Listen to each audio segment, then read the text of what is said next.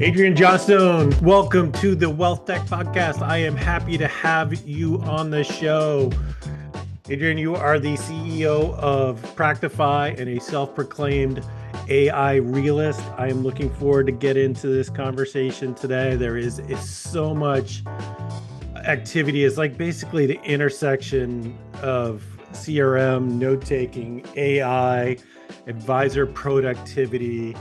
There is a lot going on, but before we get into all of that, would you mind giving yourself a brief introduction and an overview of Practifi? Yeah, for sure. So, as you say, Adrian Johnstone, CEO of Practifi, actually one of two original founders of the firm. And it's interesting if I go back, almost 15 years ago when Practifi was founded. The question then was, would CRM remain dominant as a part of an advisor's technology stack? And we sit here, almost a decade and a half later, having the same conversation, and I don't believe for a second it's less dominant. So why Practify started, it's kind of an interesting one. We saw as we looked around the world that advisor technology had really skewed very heavily and understandably, given where things were way back then. But it skewed incredibly heavily to market performance. And consumer technology had begun to skew incredibly heavily towards every piece of technology that you interact with knows you as a person and makes personalized suggestions. And we could see this great split between consumer expectation and what advisor technology was helping advisors to deliver.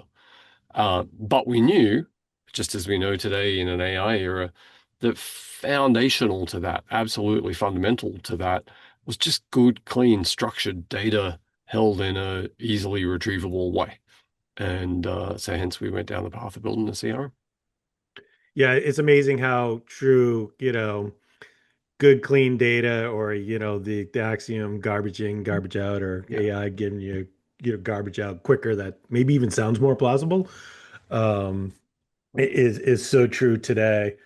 Tell me a little bit about Practifi's AI journey. What has been your approach to AI? And tell me a little bit about your soon to be launched AI native product. Yeah, so we're an interesting, as you said in the intro, I call myself an AI realist. And as is true in many aspects of my world, I do my best to avoid being caught in the hype cycle. And I think the hype cycle describes what AI has looked like in the advice space or in the wealth management space more broadly over the last 12 or 18 months.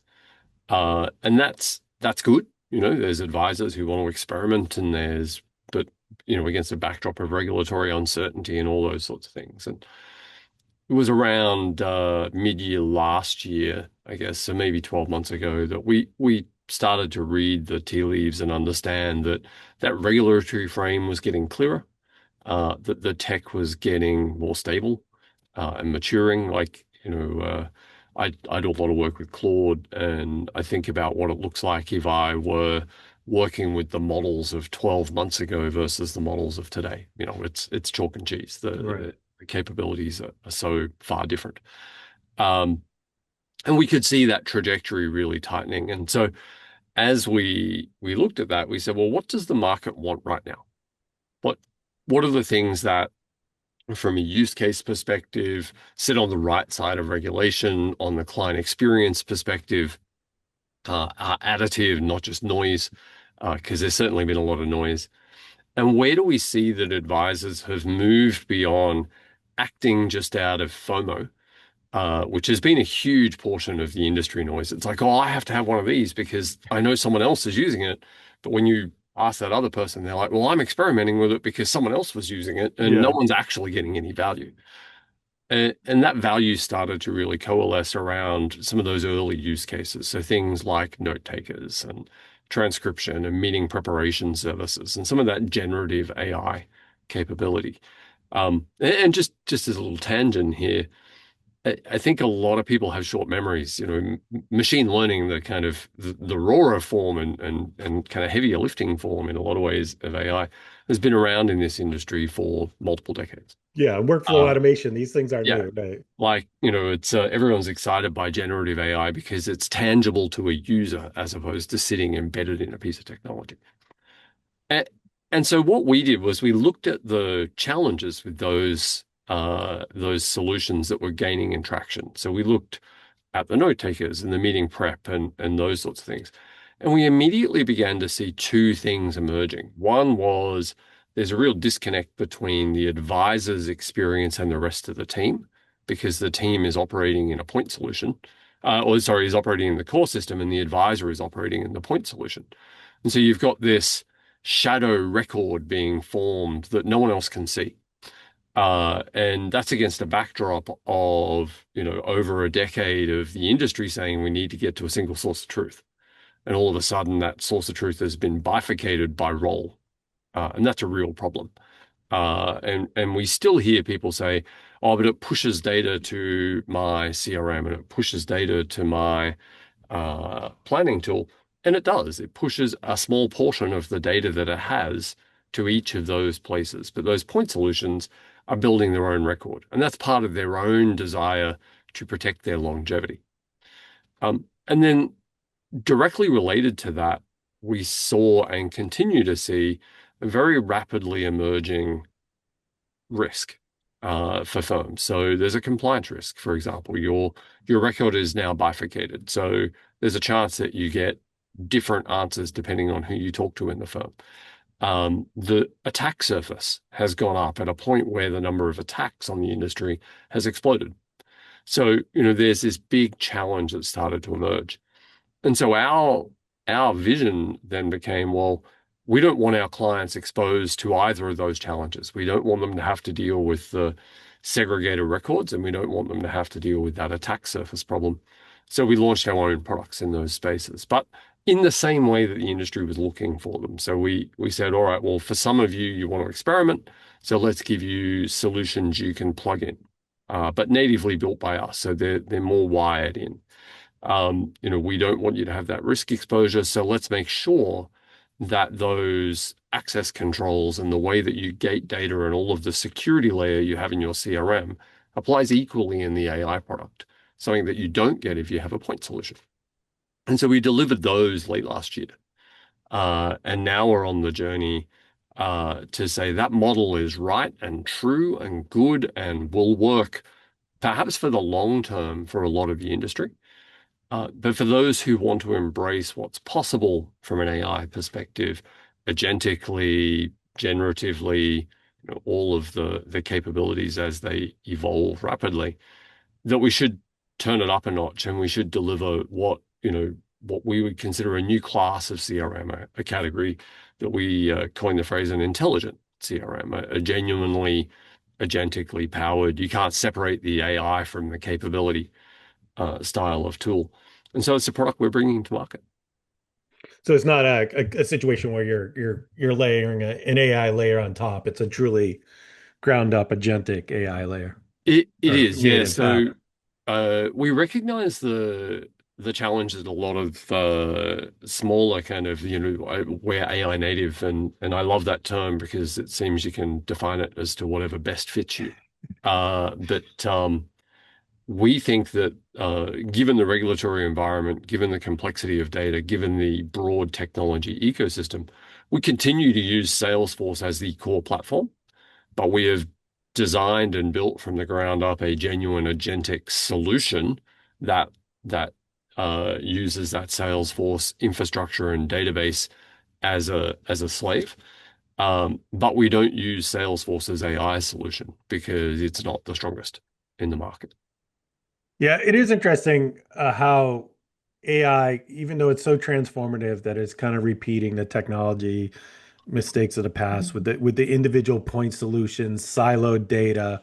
I mean, it's if you've been around long enough, right? You've seen this playbook, and Yeah. here we are again. So it is an interesting take. I'd love to get your take on the the CRM versus the note takers. Obviously, note taking has been one of the areas that's had one of the highest levels of adoption, one of the most rapid levels of adoption. And there's talk of note takers eating their CRM and CRMs becoming note takers. How do you see that shifting out, and what's your take on those two classes of systems and how they're going to evolve? So it's interesting. I mean, I hear and listen to both sides, and as I said before, I think the danger with point solutions like note takers or any other point solution is if one part of a team within an RIA dedicates all their time to living in one system, they always have a fraction of the story. Um, but that aside, I think if you strip down why is the thing I like to do. I think all technology fits in two buckets, depending on who you are and your role in the firm. And those buckets are real simple. It's either a giver or a taker. And so I think note takers exploded with the advice community because they see CRM as a taker. CRM, I input information into it, I have to update it, I have to start a process, I have to do all those things. And a note taker is here's your preparation. Let me come to your meeting and I'll transcribe it for you. Let me pass a subset of that data off to the downstream system. So the the tale as old as time from an industry is that advisors don't want a swivel chair. They don't want to move from system to system. And they don't generally, and this is a big generalization, so to your listeners who are tech nuts, but I apologize, but for most advisors, they don't want to spend a lot of time in technology. They want to spend time talking to clients. So CRM for the longest time, a taker. Flip that round and live in compliance, operations, client service, or management, and CRM is a giver. It gives you structure, it gives you control, it gives you insight, it gives you activity, it gives you reporting, it gives you all of those things. It doesn't ask much. Yes, you need to update tasks and do those things, but it doesn't ask a lot. And so it's a matter of perspective. A note taker, if you're a compliance officer, is a taker. Now I've got to split my time across two pieces of technology. Now I've got to consider the risk attack surface in two. I've got more vendors to manage. I've got more risk to control management. I've got two pieces of technology to update, compare, pay for, all those sorts of things. So it's all about perspective. So I think that's where the challenge is. So when I hear the note takers will replace CRMs, it's always interesting to me that that conversation is universally a pool of advisors, and it's often advisors in smaller firms because they're also the executive layer and they're like, I can live in this. And they're not yet thinking of the bigger picture for the firm. As soon as the firm grows in complexity, and certainly when I talk to Practifi's clients, they're like, yeah, the note taker will never be a core piece of technology. It will always be on the periphery. And if we can get that same capability from a core system, we would do that in a heartbeat. So I think it depends. I don't think either will die off. I think we've been down this road many times. There'll always be an audience for the peripheral system, just as there'll always be an audience for the core system. But I do think that people aren't thinking about the risk attack surface, the fragmentation of the client record, all those sorts of things. They're looking at the giver taker as the whole conversation. It is I mean it definitely is an interesting development. You look at the amount of time that it's saved people. It's real. It's a real productivity gain in an industry that has a real talent shortage. And it's good that clients have the ability to have choice. I think that's always important in the marketplace. Um, and I think it's great that when you see more competition, when you see more choice, I think that's good overall for the industry. Um, we talked a little bit beforehand about agentic AI, how workflow automation has actually been around for a long time. Yeah. Certainly, how do you see agentic AI in reality versus AI theater, and kind of what is the difference between the traditional kind of workflow and really kind of true agentic execution? Yeah, and I think theater is a great term I there. love There AI is theater, by the way. It's a great one. man, there is just whew, if you look at words that have had their meaning metamorphized by any audience to try and make it say what they want, Agentic has got to be up there. Uh, to me, I think great automation still solves for a huge portion of the industry need, and that's true whether you're CRM or in the portfolio side or a planning tool or whatever. Just great automation and connectivity, cross-system connectivity, is the big deal. And I think the thing that people are hoping for from genuine agentic solutions is cross-technology behavior. And the closest to that really today is computer use agents, because a lot of what's happening in the agentic world today, people will say, my note taker pushes data from system X to planning tool Y, and then planning tool Y does something with it. Okay, that's not an agent. That's just triggering a workflow from an API call. That technology, Yeah. decades and decades old. So when we start to get into true agentic technology, firstly, it's got to be a piece of technology that operates unprompted. Someone doesn't need to take an action that lands a piece of data somewhere that triggers something to occur. So it needs to be monitoring for signals within the system. And then it needs to be able to parse multiple signals into something coherent and either take a direct action, dangerous in a regulatory environment, or, and this is where the human in the loop model comes in, it needs to make a recommendation that is cited with all of the facts and queue that up so that the friction for the person consuming that, advisor, operations leader, doesn't matter, that person is able to quickly assess a lot of information of things that they would otherwise not have gone and seen and take an action based on the quality of the recommendation that they've given. And the reason that there's not lots of that is that it's really hard. Yeah. It's when people are conflating LLM to equal agent. If I go to Claude and say, where should I go in Italy for my next holiday? Claude isn't doing something agentic. It's being a really powerful search tool. It's when I say, I'm this kind of person and I like these kind of things. Here's my past travel life. Here's everything that I've experienced. Here's all of those things. I want you to constantly look for the best possible deals of places I would like to go, given the parameters that you think I would like to experience, and go and do that every day, every minute of every day, and just pop back when there's something relevant to tell me. And that's it. It then goes and operates unprompted. It learns when I reject a trip. I don't want to go to a war zone. Don't recommend any war zones to me, whatever. It can factor in new information and it can make new and informed decisions. And we don't see a lot of that. We definitely see a bit of it, but we don't see a lot of it. Uh, and so that's the path we've taken with our new product.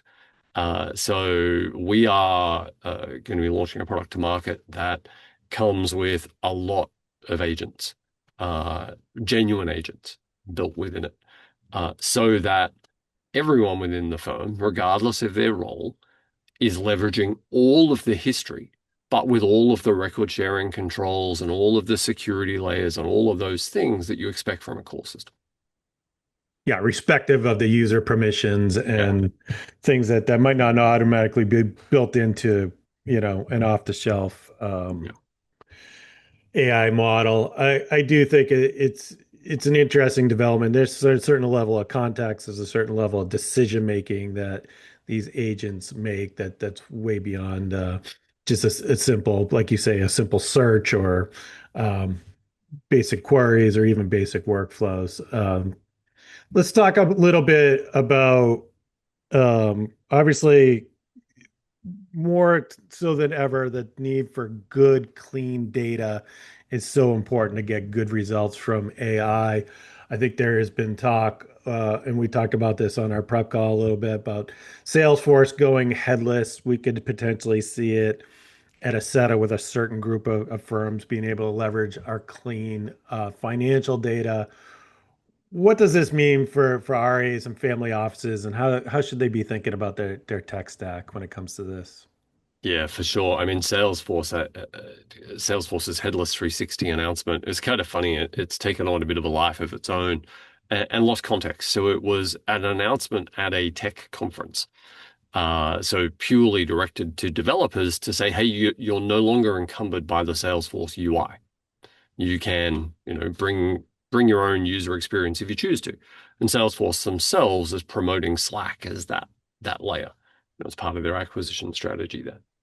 Um, what that really means from a just from a an RIA perspective is, of course, if you're down the path with Salesforce and a user interface, I guess there's a question of will they continue to evolve that if someone doesn't do it for them? And is that genuinely the long-term strategy? Nothing is changing, certainly for the negative. Nothing is changing in the database layer and the controls and all of those things. So I don't think firms out there need to go, oh my God, Salesforce is going to disappear. Not at all, quite the opposite. Um, I think the real thing that firms need to think about, and this kind of blurs into the whole, I can vibe code a solution on the weekend. Um, of course, firms avoid it's another one where you give something a label and suddenly it's cool. People have built their own tax calculators in Excel since Excel's been around. This vibe coded solution piece just has a label now, and it's more dangerous because it happens more quickly.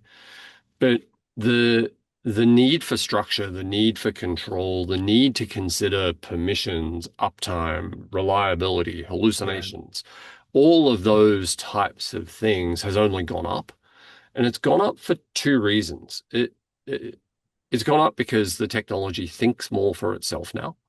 So the control is more important because you're not just getting a deterministic response.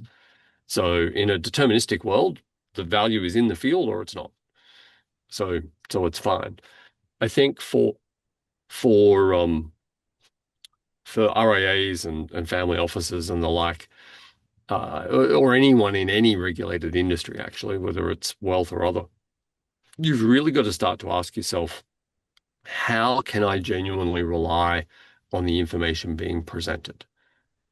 And if you've built something yourself and you're not a technologist, I think there's plenty of people out there in our industry who have actually entered the wealth industry, but with a really strong technology awareness and interest and those sorts of things. And I'm certainly not saying 100% of things that those people build are bad, not at all. But I think for most firms, they need to come back to what do they need to be, what should they be, what can they rely on, and what can they genuinely trust. And if I'm a chief compliance officer and I've got to front the SEC and say, yep, we're really confident in the generative AI capability because Sarah built it last weekend using ChatGPT and we all tested it before we used it, I'd be pretty nervous. It doesn't sound like a conversation I'd want to have. So I think for firms, there's a real need to step back and go, hang on. If a vendor came to me and said, guys, I built this last weekend. It's fantastic. It's going to cost X dollars for you to use. You should absolutely put all your eggs in that basket. There's just no way you would do it. Right. Right. You would be like, well, let's go through procurement.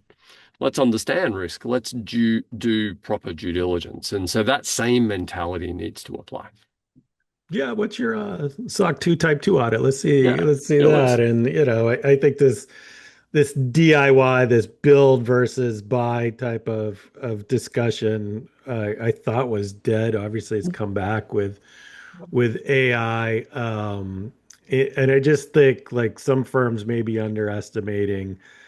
You may get something that gives you a good result right away, but there's a long-term care and feeding. As you said, there's permissioning that needs to take place. The regulatory environment is constantly changing, and that requires these updates. And it's like there's a reason why you pay your vendor every year. It's not like a one and done because they're constantly working on their product. And I really do get concerned with some of this DIY. I do think there is a place for some sort of quick analysis or taking information and using it in certain ways, but that to actually build systems yourself. I do have some concerns with that. I find I have so many concerns with it because I just would never do it. And I find sometimes the way to help people understand is to move it into a medical context and say, well, like I can jump online and I can ask WebMD some questions based on what I think my symptoms are. I can give it a general description about me and what I want. Maybe I've got some old blood tests. I don't want to put those up there because they're going to go public. So I'm going to give it summary level information and what have you. And it can tell me what it thinks is wrong with me and prescribe medications I can take. They may kill me because something else is wrong with me that I don't understand, that I can't see. Or the information that I gave, the term that I used was slightly loose. And as a result, it's going to conflict with some other medication, or I didn't declare something or whatever. I'm not risking my life to technology. Right. But I find that so many people are quick to risk the life of their business. Because if you get that really wrong and your client records are wrong and they go public or whatever, it can be pretty terminal in the wealth management space. And sometimes it's sitting on the vendor side of the fence, we get the, well, you guys are too slow. Yeah. I can do this myself in a weekend and it takes you 2 months. It's like it takes us 2 months because we test it, we make sure that it's robust, we put it through all of the controls that you don't think about or know about or understand, and rightly so. And then we make sure it's packaged and controlled and updatable and all of those layers of things. And so sometimes it's important for people to remember that those controls, just as with your health, are there to stop you killing yourself. Yeah, it's a good point. The problem with AI too, it makes the answer seem really kind of plausible. It's like, Yeah, that sounds right, yeah. but And it's so polite. It's like, oh, you're right. I shouldn't have changed that answer halfway through. My bad. you're right, right, right. Even though that could be like a terminal, yeah, answer. So, what what is the future of wealth tech and AI? I mean, obviously, I think the ground is still really unsettled right now. I think there are some signs of where the directions sorting out and where the technology can go. But where do you see the industry and where do you see AI going in the next, well, let's say 18 months? I think 3 years is even too long now to take a look out to. Yeah, man, 18 months even feels long. I know. So as I said before, I think with major technology shift, there's always a hype cycle. There's always a level of excitement that dies down. And unfortunately for the industry, I think the first day of reckoning is coming. Someone's going to get it badly wrong with something they built over a weekend, or a risk surface they didn't really consider gets attacked and a vulnerability is exposed. So I think for some that day is to come. Um, but when we strip it back to a technology, as you said before, Mark, the industry needs productivity gains. There aren't enough advisors. There's more Yeah. people than possible globally. This is true in Practifi's operates in multiple markets around the world. It's true in every market. There just aren't enough advisors, and they can't deliver the service at scale to make it efficient to deliver it to all of the possible customers. So growth for the industry is dependent on that efficiency uplift, and AI has a wonderful role to play in doing that. It is not the cure-all. It's not going to fix the underlying data issue. If you, as we've said a couple of times, if you don't have good data, both structured and unstructured, then you're going to get limited value. If you've got good structured data but no access to your unstructured data, you're only seeing part of the picture. If you've got data stored in lots of silos, then you're only getting AI insight on a fragment. That all those things are true today with AI, just as they were true with the BI tool. Like that hasn't really changed. So the potential, the great potential that I see from an industry perspective is to start to do a better job of fulfilling the functions that don't happen well at scale. So understanding across an entire client book where circumstances or sentiment or behavior has changed, and to help steer a corrective action before anyone could possibly have known that it was a problem. To take away the keying errors that happen because more meaningful integration becomes possible over time. I don't think it solves the swivel chair anytime soon, because in some ways it's worsened a problem. So what I mean by that is, over the last, again, I keep saying decade, but I feel like it's multiple decades. One of the biggest challenges for firms or problems in the industry has been that a lot of vendors put up walls. You can't integrate, or I won't allow two-way integration. I'll allow you to push data to me, but not data back, or whatever. Um, and that started to resolve a little. Now what we're seeing with AI is, well, data is power. So I'm going to put up more walls. I'm going to make them tighter. And I'm going to build my own version of the client record alongside of my tax planning tool or my note taker or my, whatever. And so everyone's starting to realize that the bigger the picture they have, the more they can do, but it's still a bigger picture in a silo. Yeah. And we see MCP connectivity as being something that will help to break that down a little, but just as API connectivity continues to be a problem, has never resolved with some players. That problem isn't going to suddenly go away. And computer use agents, so the concept of the system logging in as you and taking an action on your behalf in a system that triggers an outcome. So imagine a scenario where a computer use agent sees information that came in as an attachment to an email that was linked to the CRM that says a client wants to move money.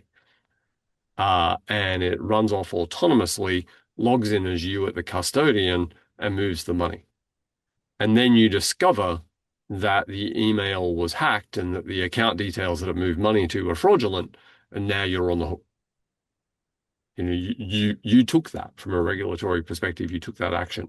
I think the friction from a regulatory environment in most computer use agent scenarios that move the needle far enough for it to be genuinely transformative within the industry is some way away. Yeah, it is interesting that the capabilities that AI does present. Obviously there is this talent shortage that has been in the industry for a long time, and you see, I think some of the use cases that AI is really good at is around some of these, like, the painkillers, the ability to kind of stop people retyping information, to be able to get unstructured data into structured data that then can be used for other purposes is really powerful. I think it allows the advisor to be, more human, more present Yeah, with their clients. Certainly, I think, which is probably one of the most important things um, out there. I also think there's a chance for more democratization of wealth management if we can push down the advisor to be able to handle smaller accounts, people earlier in their life cycle and in terms of their earning years. I think that would be a powerful thing. I do get worried about AI in general, society wise, and even within the wealth management industry. I think it's tempting to take a look at some of those entry level jobs, or those jobs that maybe were better suited for people that are more junior analysts, that eliminate those, and AI is good at that. But then you're not going to have senior people 5 years from now, 10 years from now. What yeah, what are we going to do to replenish the talent pool so there are senior people 10 years from now? And I think that's a real problem across all industries. I think if you look what happened, the playbook with social media was not great. yeah, Like, I don't, that's, it's a push at best. I certainly think AI has the potential to be much more transformative, but I also concerned about what it's doing. I mean, recent college grads, and they're coming out to an extremely difficult job market, and some of the ways you used to learn by doing, right? I mean, there yeah. was you learn how to automate a process by doing it manually, and some of that kind of goes away. So I hope some of that kind of gets resolved.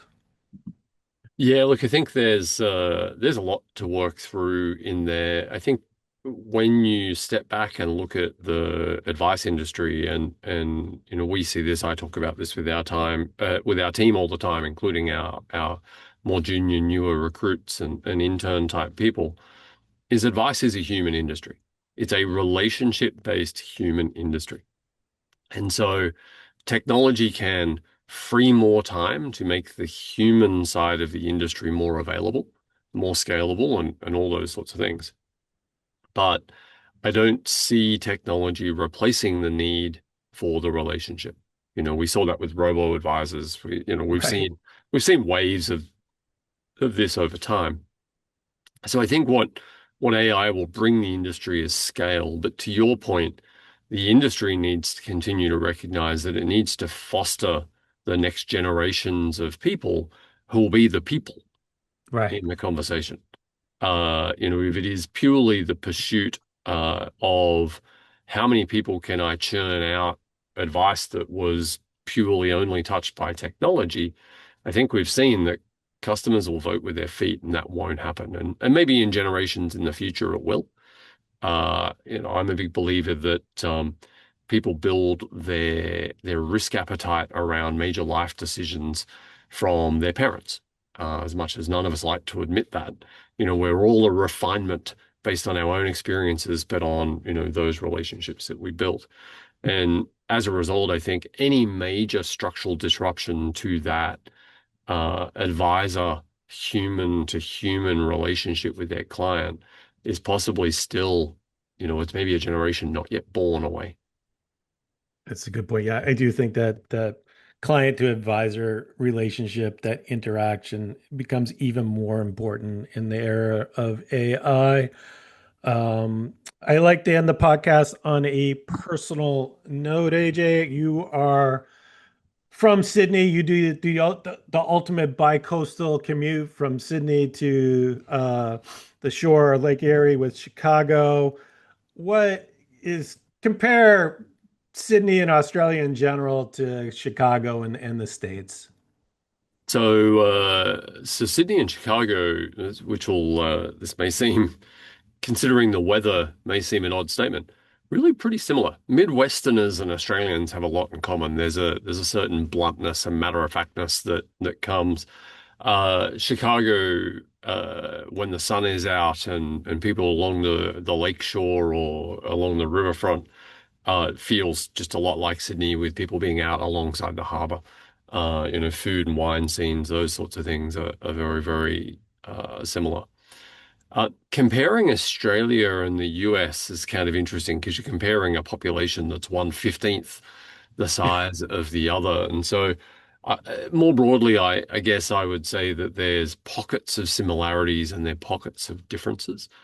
If you look at the east coast of Australia and the west coast of of the US, there's probably more similarities than there are differences. But compare east coast to east coast, or west coast to west coast, there's more differences. So um, I think each has real merits. Yeah, I don't see bad parts of either in isolation. I think both populations have their challenges. It's just how it rolls. Yeah, I had a chance to backpack throughout Australia and spending some time in Sydney. Absolute beautiful country with, I think people, the US can certainly relate to. Um, you obviously do some long haul travel. What would be some of your better travel tips? My probably my most controversial travel tip is people jump on long haul planes and they're like, "Oh, going to be on this for 15 or more hours on this flight. How will I survive?" And so their approach is to line up the movies they want to watch or the TV shows that they want to watch. And I think that's a real mistake because each of those has an allotted time. So if you're going to watch a movie, they average about 90 minutes. So if you're jumping on a 15-hour flight and you're hoping to get a little bit of sleep, but you're saying you're going to watch 7 movies, you suddenly the time, the length of the flight is very quantifiable. Whereas if you grab a book and you stay away from the screen, then you just tip yourself into the book. And if you get to the end of the flight and you've read a whole book, well, I read one book. What a great win. So I would say stay away from things that are very time based because they definitely make the flight feel much, much longer. I thought you got to recommend raw dogging it across the ocean there. I do. Oh I God. I find that I don't interact with the entertainment screen at all. Yeah. I often have flight attendants who are like, so is your screen okay?" You okay? Yeah. I like to just, you don't get a lot of time with silence these days. One of the interesting pieces is the flight between the US and Australia doesn't have internet. Oh, okay. So you get genuine. It will, but you get genuine quiet, which is wonderful.